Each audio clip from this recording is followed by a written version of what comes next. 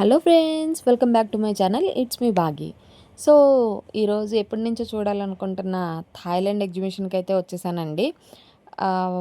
Per person entry fee వచ్చేసి ticket వచ్చేసి 50 rupees పెట్టారు. సో టికెట్ తీసుకొని అలా లోపలికి వెళ్ళిపోతే ఫస్టే ఫర్నిచర్ కనిపించింది. ఫర్నిచర్ కనిపించాక ఊరుకుంటానా, వీడియో అంత ఇదిగా తీయలేకపోయాను ఏది నేను. బికాజ్ లాస్ట్ డే అవ్వడం వల్ల చాలా రష్ ఉంది. ఇంతకుముందు కూడా అలాగే ఉండేదేమో, నేనైతే ఫస్ట్ టైం వెళ్ళడం వల్ల నేను అలా అనుకుంటున్నాను. లాస్ట్ టైం వెళ్ళడం వల్ల చాలా రష్ ఉందని అనుకున్నా. బట్ దేవుడి విగ్రహాలు, దేవుడు ఫొటోసు, 5D ఫోటో ఫ్రేమ్స్ అని ఉన్నాయి. చాలా బ్యూటిఫుల్గా ఉన్నాయండి, చాలా బాగున్నాయి. అండ్ ఇంకా నడుచుకుంటూ వెళ్తే, ముందుకు వెళ్తే ఇంకా అలాగా క్లోత్సు, స్లిప్పర్సు, ఫుడ్డు మొత్తం ఉంది. ఇయర్ రింగ్సు, చిన్న చిన్న క్యూట్ థింగ్స్ అలాంటివన్నీ ఉన్నాయన్నమాట. సో అవన్నీ చూసుకుంటూ వెళ్ళామన్నమాట. మోరోవర్ నేను చెప్పేదేంటంటే, నేను ఏ వీడియో తీసినా సరే నా ఎక్స్‌పీరియన్స్ నేను చెప్తాను కాబట్టి, నేను ఇందులో ఇక్కడ జరిగిన నా ఎక్స్‌పీరియన్స్ నేను చెప్దామనుకుంటున్నాను.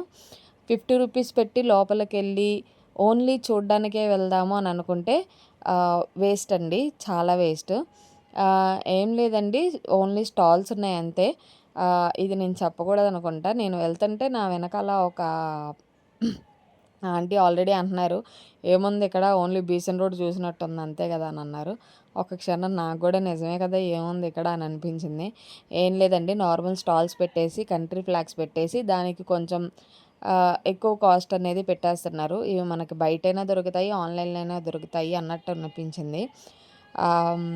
అంత ఇరుకుల్లో అంత 50 రూపీస్ ఎంట్రీ పెట్టుకొని వెళ్ళి చూడాల్సినంత ఏం లేదని అనిపించింది.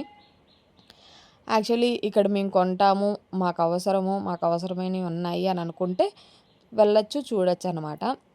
ఇది నా ఎక్స్‌పీరియన్స్ అండి. మిగతా వాళ్ళు మీ చాయిస్ బట్టి మీరు వెళ్ళొచ్చనమాట.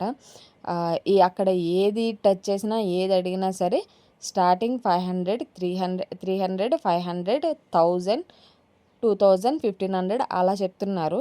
ఇంకా బిలో అనేది ఏమీ లేదు.